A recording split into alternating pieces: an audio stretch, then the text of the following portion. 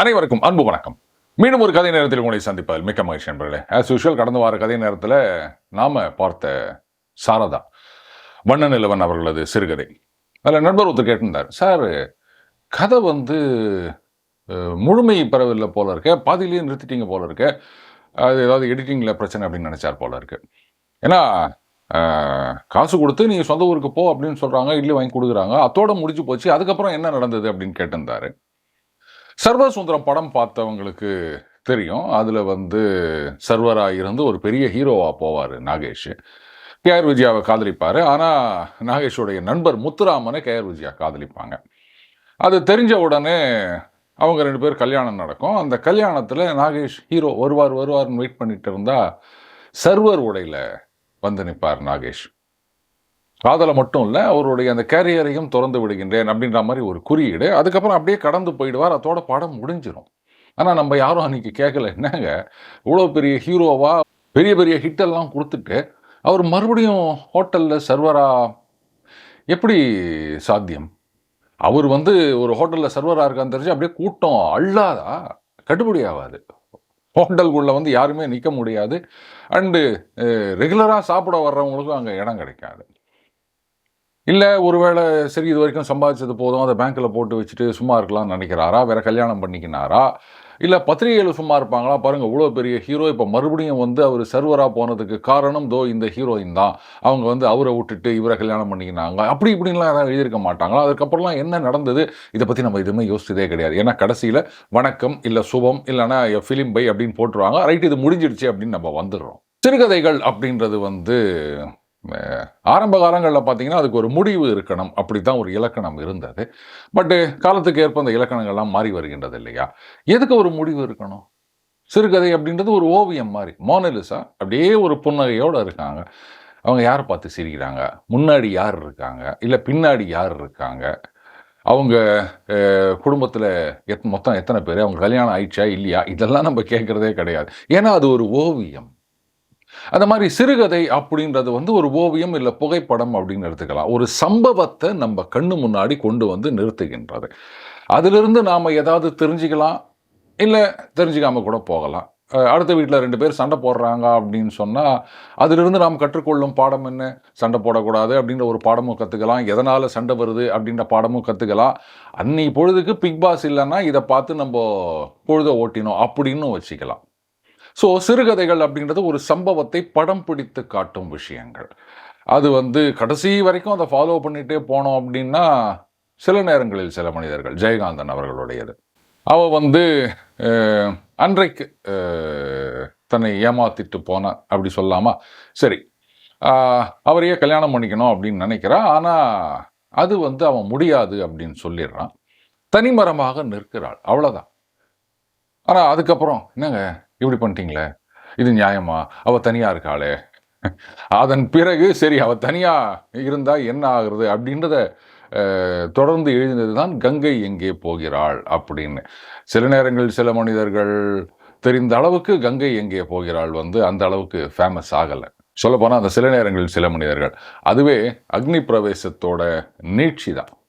இன்னும் இந்த மாதிரி நீங்கள் வந்து கதை எழுதியிருக்கீங்களே, இது வந்து கெட்டுப்போவதை ஜஸ்டிஃபை பண்ணுற மாதிரி இருக்குது அப்படின்னு எல்லாரும் குற்றச்சாட்டு சொன்னதுனால, ஓஹோ அப்படி நடக்காமல் இருந்திருந்தால் என்ன ஆயிருக்கும் அப்படின்றதான் வந்து சில நேரங்கள் சில மனிதர்கள் அப்படின்னு தொடர்கதையாக எழுதினார். ஸோ அதுவும் முற்று பெறவில்லை அப்படின்னு சொன்னதுனால கங்கை எங்கே போகிறாள். அப்போ அப்படியே நம்ம கேட்டீங்கன்னா போகலாம், அவங்க பசங்க என்ன ஆச்சு. ரைட், இந்த சிறுகதையை பொறுத்த வரைக்கும் இதுதான் நிதர்சனம். வண்ணன் இலவன் அவர்களுடைய கதைகள்லாம் பார்த்தீங்கன்னா அது படிக்கும்போது உங்களுக்கு தெரியும், அதில் சொல்லப்பட்டிருக்கின்ற விஷயங்கள் வந்து அப்படியே அவங்க மூஞ்சில் அரையிற மாதிரி இருக்கும்.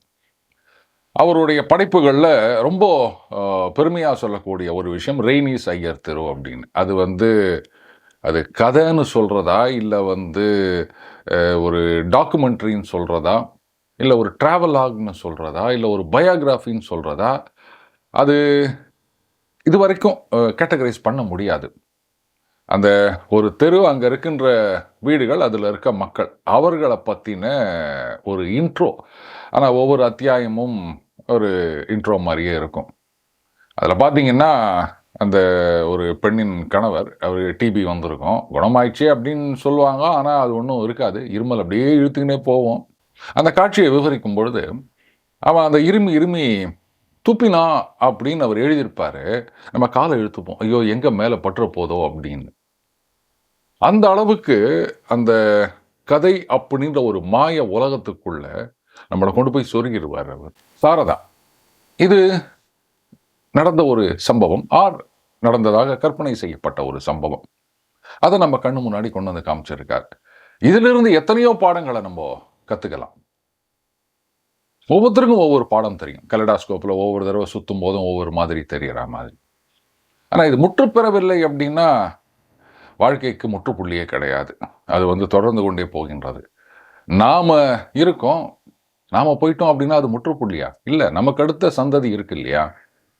சந்ததி இல்லாதவர்களுக்கும், சார் அப்ப எங்களுக்கு முற்றுப்புள்ளியானா அப்படி கிடையாது. உங்கள் வாழ்க்கையில் தொடர்புடைய எத்தனையோ பேர். அவங்க மேல நீங்க ஒரு இம்பாக்ட் பண்ணியிருக்கீங்க. ஏதோ ஒரு டிகிரியாவது ஒரு மாற்றத்தை ஏற்படுத்தி இருக்கின்றீர்கள். அதுதான் உங்களுடைய நீட்சி. அதனால எதுவுமே வந்து இங்க முற்று பெறுவதில்லை. சிறுகதைகளும் அப்படியே. சரி, இன்றைய கதை நேரம். சிலிர்ப்பு. டி. ஜானகிராமன் அவருடைய கதைகள்ல வந்து எனக்கு ரொம்ப ரொம்ப பிடிச்ச கதை இந்த சிலிர்ப்பு அப்படின்றது. ஒரு அப்பா மகன். பையனுக்கு வந்து 6 வயசு. அ இவரு அப்பாவுடைய பெர்ஸ்பெக்டிவ்ல அந்த கதைய சொல்றாரு அவரு. திருச்சினோப்போலி. அந்த காலத்துல வந்து அப்படிதான் திருச்சினாப்பள்ளின்னு தான் சொல்லுவாங்க. திருச்சிராப்பள்ளி கிடையாது. அங்க வந்து ஒரு பேசஞ்சர் ட்ரெயின் நிக்குது. அ என்ஜினும் வரல, கார்டு வேனும் அட்டாச் பண்ணல. அப்படியே ஒவ்வொரு வண்டியிலயும் யாரோ ஒருத்தர் 2 பேர் ஏறி உட்காந்துன்னுருக்கிறாங்க. இந்த பக்கம் மானாமதுரை அங்க இங்க எல்லா போற வண்டியும் அனுப்பிட்டு, அந்த திருச்சினாப்பள்ளி பிளாட்ஃபாரத்த சொல்றாரு. அந்த புயல் அடிச்சு ஓஞ்ச ஒரு தோட்டம் மாரி இருந்தது, தோப்பு மாரி இருந்தது அப்படின்றாரு. ஒரு தோப்புக்குள்ள புயல் அப்படி தாண்டி போச்சுன்னா என்ன ஆகும்? அப்படியே மரம்லாம் அப்படியே செதஞ்சு போயி, இலை, கிளையெல்லாம் உடைஞ்சு, அதில இருந்த பழம், காய் அதெல்லாம் கீழ விழுந்து, அந்த மாதிரி இங்க அந்த பிளாட்ஃபார்ம்ல ஆரஞ்சு தோலு, வாழைப்பழத்தோலு, அதுக்கப்புறம் அந்த சாப்பிட்டுட்டு போட்ட அந்த பொட்டலங்கள், அதுக்கப்புறம் எங்கேயோ தூங்கு மூஞ்சி மாரி தூங்கிட்டு இருக்க சில பேர், இவங்க தான் இருந்தாங்க அப்படின்னு. ஸோ அந்த காலத்துலேருந்து இந்த காலத்து வரையும் நாம இப்படித்தான் வந்து பிளாட்ஃபார்ம் அப்படின்னா அசிங்கப்படுத்திட்டு இருக்கோன்றது அவருடைய எழுத்திலிருந்து தெரிகின்றது. ஆனா இதே ஜனங்க தான் மெட்ரோ ட்ரெயின்லயும் போறோம். அங்க நம்ம யாரும் அசிங்கப்படுத்துறதில்ல. ஆனா மத்த ட்ரெயின் அப்படின்னும்போது மட்டும் இவ்வளோ அசிங்கப்படுத்திட்டு இருக்கோம். ஏன் ஜனங்களுக்கு இத பார்த்தா ஒருவேளை காசு அதிகமா வாங்குறதுனால அங்க ஒழுங்கா வால சுருட்டின்னு உட்காந்துன்னுருக்காங்க போல இருக்குது. இங்க காசு கம்மியா வாங்குறதுனால, என்னப்பா அப்படின்னு அசிங்கப்படுத்திட்டு இருக்காங்க போல இருக்குது. ஆனா ஏசில போறவங்களும் அசிங்கப்படுத்திட்டு தான் இருக்காங்க. அது ஏன்னு எனக்கு தெரியல. சரி ரைட். அது இருக்கட்டும். ஸோ அந்த அப்பா, அவர் வந்து அந்த வண்டி பெரும்பாலும் காலியாகத்தான் இருக்கின்றது. அதுலயும் சொல்றாரு அவரு. இதே எக்ஸ்பிரஸ் ட்ரெயினா இருந்தா என்ன அல்லோல கல்லோலப்பட்டிருக்கும். ட்ரெயின்ல கூட வித்தியாசம் இருக்குது போல இருக்குது. ஏழை, பணக்காரன் அப்படின்னு. இது வந்து பேசஞ்சர், அதுவும் ஒரு ஷட்டிலு. திருச்சியில கிளம்பி மாயவரத்தில போய் முடிஞ்சிரும். அதனால தான் இது யாருமே சீந்தறதில்ல போல இருக்கு அப்படின்றாரு. ஒரு மூலையில உட்காந்துட்டு இருக்காரு. பையன் வந்து அதே பெஞ்சில படுத்துட்டு இருக்கான். தூங்கிட்டு இருக்கான். அவன் தலைமாட்டுல ஒரு ஆரஞ்சு இருக்கு. அப்படியே கொஞ்சம் ஃப்ளாஷ்பேக்ல போறாரு. பெங்களூர்ல வந்து இந்த அப்பா இருக்கார் இல்லையா? அவருடைய மாமா, மாமி இருக்காங்க. அந்த மாமி இங்க கும்பகோணம் வந்திருந்தப்போ, "பையன அனுப்பேன்டா, நான் கொஞ்ச நாள் வச்சிருந்துட்டு அனுப்புறேன்" அப்படின்னு கூட்டின்னு போயிருக்காங்க போல இருக்கு. இப்போ இவரு பெங்களூருக்கு ஏதோ ஒரு வேலையா போயிருக்காரு. அப்படியே பையன கூட்டிட்டு வந்துடலாம் அப்படின்ட்டு அவன கூட்டிட்டு வராருங்க. அங்க பெங்களூர் ஸ்டேஷன்ல வண்டி ஏறும்போது, அ பையன் வந்து "ஆரஞ்சு, ஆரஞ்சு" அப்படின்னு அழுதுருக்கான். ஆனா, அந்த மாமா காதுலயே விழாத மாரி தலைய திருப்பிக்கிறார். அப்பா வந்து பையன ஒரு மொற மொறச்ச உடனே அவன் பேசாம அடங்கிடுறான். ஆனா, சின்ன குழந்தை இல்லையா? எவ்வளோ நேரம் தான் வந்து அது தாக்கு பிடிக்கும்? வண்டி புறப்படுது. அதாவது பெங்களூர்லேருந்து கிளம்பின வண்டி. அது ஏறுன உடனே கொஞ்ச நேரத்தில பையன் சொல்றான், "அப்பா, அ பிச்சி மாமா வந்து ரொம்ப பணக்காரர்ப்பா" அப்படின்னு கைய இப்படி விரிச்சு காமிக்கிறான். "எப்புட்றா சொல்ற?" அப்படின்னோனே, "ஆமாம்ப்பா, அவருக்கு வந்து ரூ. 900 சம்பளமா" அப்படின்றான். "சரி, அதுக்கு என்னடா இப்போ?" அப்படின்னு. "இல்ல, நான் ஆரஞ்சு பழம் கேட்டேன். அவரு எனக்கு வாங்கியே தரலப்பா" அப்படின்றான். உடனே அப்பா கேட்கிறார், "இல்லடா, அவர் காதுல விழுந்திருக்காது." "இல்லப்பா, நான் சத்தமா தான் பேசினேன்" அப்படின்றான். இப்போ அவரு உடனே கேள்விய அவன்கிட்டயே திருப்பி போடுறாரு. "அவர் ஏன் வந்து வாங்கி குடுக்கல?" அப்படின்னு. இப்போ பையனுக்கு பதில் சொல்ல தெரியல. அப்புறம் சொல்றான், "அப்பா, பிச்சி மாமா கிட்ட நான் வந்து அந்த ஒரு 3 கால் சைக்கிள் வாங்கி தர சொன்னேன்ப்பா. அவர் வந்து வாங்கியே தரலப்பான்னு." "சரி விடுடா, அது நான் வாங்கி தரேன்" அப்படின்னாரு. "நீ எப்படிப்பா வாங்கி குடுக்க முடியும்? ஏன்டா உனக்கு 100 ரூபா தானே சம்பளம்? இது யார்ரா சொன்னா? இது அதுவும் பிச்சி மாமா தான் சொன்னார்.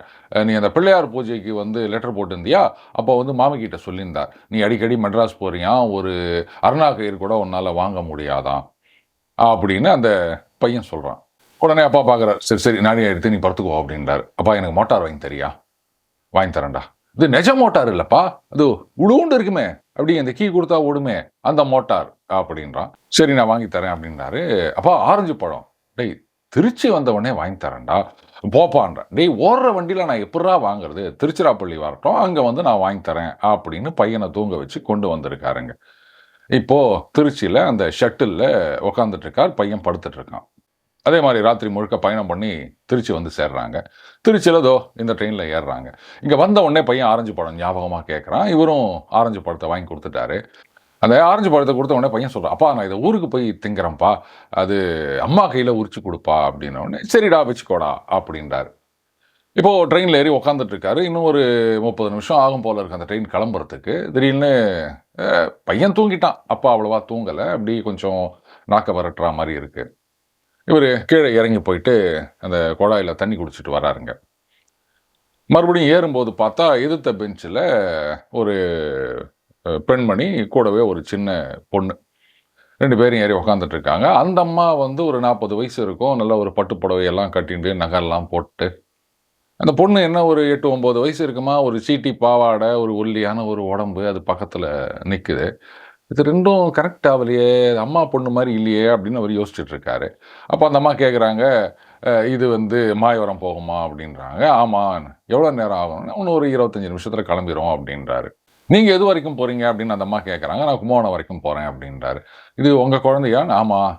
நல்லா அசந்து தூங்குறான் போல இருக்கு. அது பெங்களூர்லேருந்து வரோம். அதான் பையனுக்கு வந்து ரொம்ப அலுப்பு. அதான் தூங்கிட்டான் அப்படின்றாரு. இப்போ அந்த அம்மா கேட்குறாங்க அந்த சின்ன பெண்ண பார்த்து. நீயும் படுத்துக்கிறியா? அப்படின்ன உடனே, இல்ல மாமி நான் முழிச்சுன்னு இருக்கேன் அப்படின்றது. எப்புட்ரி? இன்னும் அங்க போய் சேர்ந்துட்டு, அங்கேருந்து வேற ட்ரெயின்ல போனோம். நாளைக்கு போனோம், நாளான்னைக்கு போனோம். படுத்து கொஞ்சம் தூங்கேன் அப்படின்னா, இந்த குழந்தை இல்ல நான் முழிச்சுன்னு இருக்கேன் அப்படின்றாது. அந்த 8, 9 வயசு பெண்ணு.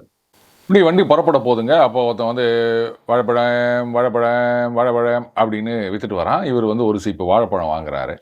வாங்கிட்டு அதில ஒரு பழத்த எடுத்து அந்த பொண்ணுகிட்ட குடுக்குறாரு. அது வாங்கிக்கிறது. அப்ப அந்த அம்மா சொல்றாங்க, "தின்னுடி" அப்படின்ன உடனே அந்த குழந்தை அந்த பழத்த தின்றது. அப்ப அந்த அம்மா சொல்றா, "இந்த பொண்ணு கல்கத்தாக்கு போறதுன்னு." "கல்கத்தாவுக்கா?" "ஆமா. நம்ம பக்கத்து மனுஷா ஒருத்தர் அங்க பெரிய வேலையில இருக்காராம். அதான் அங்க போறது. ராத்திரி மாயவரத்துலேருந்து ஒருத்தர் கல்கத்தா கிளம்புறார். அவரோட இவள அனுப்பி விடணும்." அப்படின்றா. இப்போ அவரே கேட்கிறாரு, "உன் பேர் என்னம்மா?" அப்படின்ன உடனே அந்த குழந்தை சொல்றது, "காமாட்சின்னு பேரு. குஞ்சூன்னு என்ன கூப்பிடுவா" அப்படின்றது. அவர் கேட்குறாரு, "குழந்தை உனக்கு அப்பா, அம்மா இருக்காளா?" அப்படின்ன உடனே, அ இருக்கா." "அப்பா என்ன பண்றார்?" "அவரு வந்து பள்ளிக்கூடத்தில வாத்தியாரா இருக்கார்." "ஓ! ஓ! எத்தன பசங்க? அக்கா, அண்ணா, தம்பி எல்லாம் இருக்காளா?" அப்படின்ன உடனே, "இருக்கா 4 அக்கா, 2 அண்ணா, 1 தம்பி." "அப்பா! எப்பேர்ப்பட்ட குடும்பம்." "அக்காவுக்கெல்லாம் கல்யாணம் ஆயிடுதா?" 3 பேருக்கு ஆயிடுத்து. 2வது அக்கா வந்து 4வது வருஷம் கொறப்பட்டு போயிட்டா. அது அந்த காலத்தில வந்து விடோ ஆயிட்டா அப்படின்றத வந்து இப்படி தான் சொல்லுவாங்க. எங்களோட தான் இருக்கா அப்படின்றது அந்த குழந்தை. அண்ணா என்ன பண்றான்? பெரிய அண்ணா வந்து கிளப்ல வேலை செய்றான். கிளப்ன உடனே நீங்க வேற ஏதாவது நினைச்சுக்காதீங்க. இன்னைக்கு கிளப்னா அர்த்தம் வேற. அன்னைக்கு வந்து கிளப் அப்படின்னா ஹோட்டல்னு அர்த்தம். சின்ன அண்ணா 2ண்ட் ஃபாரம் வாசிக்கிறான் அப்படின்றான். நீ வாசிக்கலையா? இல்ல அது அண்ணா ஒருத்தருக்கு தான் வந்து சம்பளம் கட்ட முடியும். எங்களுக்கெல்லாம் கட்ட முடியல. அதனால நான் படிக்கல அப்படின்றது அந்த குழந்தை. ஆமா. அதுக்காகத்தான் நீ வேலைக்கு போறியா? ஆமா. அ ஏன்னா மத்தியான சாப்பாட்டுக்கே எல்லாருக்கும் பத்த மாட்டேங்கிறது. அந்த சின்ன குழந்தை சொல்றது. "உனக்கு என்ன வேலை தெரியும்?" "நான் 10 பாத்திரம் தேய்ப்பேன், காப்பி, டீ போடுவேன், இட்லி, தோசைக்கு அரைப்பேன், குழம்பு, ரசம் வைக்க தெரியும், குழந்தைகள பார்த்துப்பேன், கோலம் போடுவேன், அடுப்பு மெழுகுவேன், வேட்டி புடவையெல்லாம் துவைப்பேன்." "புடவைய துவைப்பியா? புடவ உயரம் கூட இல்லையே நீ அத தூக்க முடியுமா?" "ஓ! நன்னா துவைக்க தெரியுமே." "இதெல்லாம் எங்க கத்துன்ட?" அப்படின்னு கேட்கிறாரு. "இது ராமநாத ஐயர் அப்படின்னு ஒரு ஜட்ஜ் இருக்காரு. அவாத்துல கத்துன்டேன்." "ஓ! அப்ப ரொம்ப சர்வீஸ் ஆயிருக்கோ?" "ஆமா, அவாத்துல எத்தன வருஷம் இருந்த?" 3 வருஷம் இருந்தேன். 3 வருஷமா? உனக்கு என்ன வயசாகுது? இந்த ஆவணிக்கு 9 முடிஞ்சு 10 நடக்கிறது. அப்ப 7 வயசுலயே உனக்கு வேலை கிடைச்சதுடா. என்ன சம்பளம் குடுப்பா? சம்பளம்னு கிடையாது. 2 வேள சாப்பாடு போடுவான். இந்த தீபாவளிக்கு பாவாடை சட்டை ஒரு ஜோடி வாங்கி குடுப்பான். இந்த சட்டை யார் வாங்கி கொடுத்தா? அது அவ தான் வாங்கி கொடுத்தா. கோலம் போட்டு, அடுப்பு மெழுகி, புடவை துவச்சி, குழந்தைய பார்த்துட்டு, தோசைக்கு அரைச்சி எல்லாம் பண்ணினதுக்கு இந்த 6 அணா சீட்டி தான் கிடைச்சதா? அதுவும் கிடுசலா பார்த்து பார்த்து பொறுக்கி கொடுத்துருக்காளே! இதுக்கு அந்த பொண்ணு பாவம் ஒண்ணுமே பதில் சொல்லல. "நீ நல்லதா வாங்கி குடுங்கோன்னு கேட்க மாட்டியா?" அப்படின்னா, அதுக்கும் அந்த பொண்ணு ஒண்ணும் பதில் சொல்லல. "ஜட்ஜ் வீட்ல சாப்பிட்டுட்டு இருந்தேன்னு சொன்னியே, ஆனா உன்ன பார்த்தா அப்படி ஒண்ணும் தெரியலையே. பஞ்சத்துல அடிபட்டா மாரி கன்னமெல்லாம் ஒட்டி போய் அப்படிலாம் இருக்க" அப்படின்னோனே, இந்த குழந்தை என்ன சொல்லும்? அதுக்கு அந்த அம்மா தான் சொல்றா. "பெரிய மனுஷால்லாம் தனி ரகம்னு உங்களுக்கு தெரியாது போல இருக்கு. அவல்லாம் வத்த குழம்பு, சுட்ட அப்பளம், மிளகு ரசம் இதுதான் சாப்பிடுவா. ஆனாலும் உடம்பு என்னவோ தெரியல, அது ஒரு வாகு நிகு நிகுன்னு இருக்கும். அது தனி உடம்பு. நம்மள மாரி அன்னாடங்காய்ச்சிக்கெல்லாம் அதெல்லாம் ஒத்து வராது. 2 நாளைக்கு இப்படி சாப்பிட்டா வாய் வெந்து போயிடும்." அப்படின்னு அந்த அம்மா எல்லாரையும் அந்த ஒன்றிணைத்து சொல்லிட்டு இருக்கா. ஆமா, நான் என்னன்னோ பேசிட்டு இருக்கேன். நீங்க என்ன பண்ணிட்டு இருக்கீள் அப்படின்னோனே, பயப்படாதீங்க. நானும் அன்னாடங்காய்ச்சி தான். அது தாலுகா ஆஃபீஸ்ல குமாஸ்தாவா இருக்கேன் அப்படின்றாரு. அப்போ அவர் சொல்றாரு, "அது தஞ்சாவூர் ஸ்டேஷன் வருது. நான் இங்க துண்ட போட்டு போறேன். இடத்த பார்த்துக்கோங்க. நான் அப்படியே சாப்பிட்டுட்டு அந்த குழந்தைகளுக்கும் சாப்பாடு பண்ணிட்டு கூட்டு வரேன்" அப்படின்றாரு. "நீங்க ஒண்ணும் சாப்பிடவே இல்லையா?" அப்படின்ட்டு உடனே அந்த பொண்ண பார்த்து கேட்கிறா. "ஏம்மா நீ என்ன சாப்பிட்ட?" அப்படின்ன உடனே, "பழையுது" அப்படின்றது. எங்க? ஜட்ஜாத்துல தான். பார்த்தீங்களா? இத்தன வருஷமா உழைச்சு கொட்டியிருக்கா அந்த குழந்தை, இன்னைக்கு கிளம்பி போறது, அதுக்கு வாய்க்கு ருசியா ஒரு வேளை சாப்பாடாவது போட மனசு வரல, பழையத குடுத்து அனுப்பிச்சிருக்கா. என் குழந்தை, அவாத்துல யாராவது பழையது சாப்பிடுவாளோ? நான் தான் சாப்பிடுவேன் அப்படின்றது அந்த குழந்தை. அந்த அம்மா சொல்றா, "நீங்க வந்து ஒரு பொட்டலம் தயிர் சாதமும், ஒரு பொட்டலம் சாம்பார் சாதமும் வாங்கிட்டு வாங்களேன்றா." "இல்ல நானே வந்து அழைச்சிட்டு போயிட்டு வரேனே" அப்படின்னோனே, "ரொம்ப நல்லதா போச்சு. இந்தாங்கோ" அப்படின்னு காச குடுக்குறா. "என்னத்துக்கு காசு? நான் தான் குடுப்பேன்" அப்படின்ன உடனே, "வேண்டான்னு நீங்க எப்படி சொல்ல முடியும்? நான் தானே இவள கூட்டின்னு வந்திருக்கேன். அதனால நான் தான் குடுப்பேன்" அப்படின்றாரு. தர்ம சங்கடமா இருந்தாலும் அந்த காச வாங்கிக்கிறாரு. பையனும் அந்த பொண்ணையும் கூப்பிட்டுட்டு அங்க இருக்க கேன்டீன்குள்ள நுழையிறாரு. அப்போ அந்த பையன் அப்பதான் தூக்கத்திலேருந்து முழிச்சிருந்திருக்கான். அவன் கேட்குறான், "இது யாருப்பா?" அப்படின்ன உடனே, "அது இந்த பொண்ணு வந்து மாயவரம் போயிட்டு அங்கேருந்து கல்கத்தாக்கு போறாடா. இவளும் நம்பளோட சாப்பிடறதுக்கு வரா" அப்படின்றார்.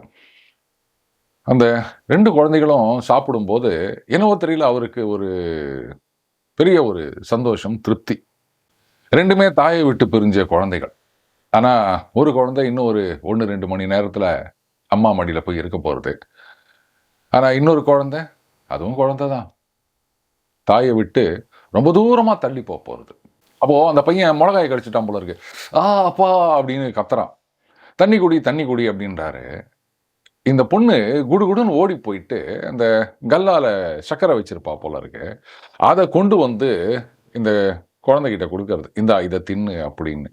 அந்த அப்பனுக்கு அதானே தெரியும். மொளகா கடிச்சா தண்ணி குடிக்கணும் அப்படின்னு. அம்மாக்கு தான் தெரியும், சர்க்கரை சாப்பிட்டா அந்த காரம் உடனே டக்குன்னு விலகும் அப்படின்னு. அந்த வயசுல அந்த குழந்தை அம்மாவா மாறி சர்க்கரைய கொண்டு வந்து குடுக்கறது. அதுக்கப்புறம் அந்த தயிர் சாதம் சாப்பிட வரும்போது, "டேய் அது சரியா இதுவாகல. நீ இரு நான் வந்து பெசஞ்சு தரேன்" அப்படின்னு சொல்லிட்டு போயிட்டு சாப்பிட்டு இருந்தவ அவ கைய அலம்பிண்டு வந்து, அதுல சாதத்துல அந்த தயிர் சாதத்துல கொஞ்சம் தண்ணிய விட்டு, பெசஞ்சு குடுத்து, சாப்பிடு" அப்படின்றா. சாப்பிட்டு முடிச்ச உடனே "தண்ணி குடின்றா." இவன் வேணாம் அப்படின்னோனே, "இல்ல, இல்ல அப்பதான் ஜீரணமாகும். தண்ணிய குடி" அப்படின்ன உடனே, ஒண்ணும் பேசாம இந்த குழந்தை கடகடன்னு தண்ணிய குடிச்சிடுறது. கைய பிடிச்சுட்டு 2 பேரும் நடந்து வராங்க. ட்ரெயின்ல ஏறின உடனே, அப்போ இந்த அப்பா கேட்கிறாரு, "கல்கத்தாக்கு போறியா? வாழையெல்லாம் உனக்கு தெரியுமா?" அப்படின்னோனே, "தெரியாது மாமா. அவர் பெரிய வேலையில இருக்காராம். ரூ. 3000 சம்பளம் வாங்குறாராம். அவ ஆத்துல குழந்தைகள பார்த்துக்கணுமா. அதுக்கு தான் என்ன கூப்பிட்டுருக்கா" அப்படின்றது இந்த குழந்தை. அப்ப அந்த அம்மா சொல்றா, "ரொம்ப சமத்து இந்த குழந்தை. இது மட்டும் கல்கத்தாக்கு போகல அப்படின்னா நானே வச்சுன்னு இருப்பேன். எல்லாரும் பசிக்கிறது, பசிக்கிறது அப்படின்னு சொல்றாளே. கேட்டா கூட 2 தடவ கேட்டா தான் பசிக்கிறதுன்னே சொல்றா இந்த குழந்தை" அப்படின்னு. இப்போ அந்த பையன் கையில ஆரஞ்சு பழம் வச்சிருக்கான் இல்லையா? ஆ இந்த அம்மா சொல்றா, "கொண்டாடா நான் உரிச்சு தரேன்" அப்படின்ன உடனே, "இல்ல, இல்ல ஆத்துக்கு போனா எங்க அம்மா உரிச்சு தருவா." "நானும் அம்மா தான்டா" அப்படின்னா இந்த பையன் அந்த ஆரஞ்சு பழத்த குடுக்கல. இப்போ அந்த பையன் சட்டுன்னு அந்த பொண்ண பார்த்து கேட்கிறான், "உனக்கு என்ன வயசு?" அப்படின்ன உடனே, "10 வயசு." "அப்ப நீ 5வது படிக்கிறியா?" அப்படின்னு கேட்ட உடனே, அப்பா பார்க்குறாரு. "இல்ல நான் 6 வயசு 1வது படிக்கிறேன். அப்போ இவ 5வது படிக்கணுமே" அப்படின்றார். அப்போ அந்த பொண்ணு, "இல்ல நானு படிக்கலன்ன" உடனே, அப்போ இவர் சொல்றாரு, "இல்ல, இல்ல அவ கல்கத்தாக்கு போறா. அதனால படிக்கலன்னு." "எதுக்கு போறான்னு?" "வேலைக்கு போறா." "உனக்கு சைக்கிள் ஓட்ட தெரியுமா?" இந்த பையன் கேட்குறான். "தெரியாதே." "அப்புறம் எப்படி வேலைக்கு போவேன்?" ஏன்னா சைக்கிள் ஓட்ட தெரிஞ்சா தான் வேலைக்கு போலாம் அப்படின்றது இந்த பையனுடைய ஒரு கணக்கு. இத கேட்ட உடனே தடவையா அந்த குழந்தையும் வந்து சிரிக்கிறது. அப்போ அந்த அப்பா கேட்கிறார், "இந்த குழந்தை யார நம்பி இப்படி போறது?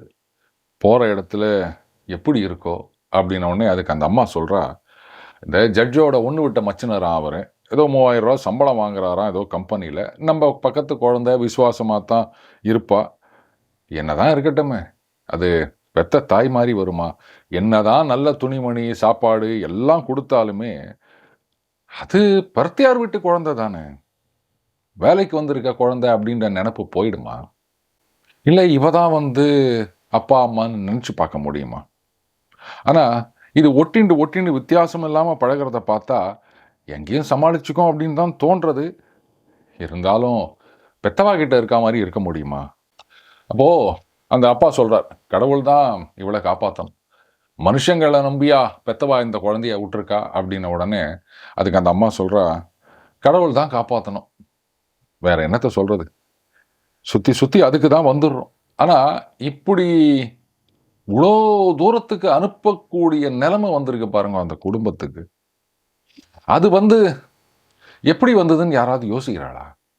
அதுக்கு என்ன பரிகாரம் தேடுறது? இது நடுவில் குழந்தைகள்லாம் ஜன்னல் வழியாக அந்த வேகமாக ஓடுற வயல் வழியை பார்த்துட்டே வருது. கும்பகோணம் வந்துடுது. போயிட்டு வரேம்மா, குழந்தை போயிட்டு வரட்டுமா அப்படின்னு அந்த குழந்தை கையில் 1 ரூபாயை வைக்கிறாரு.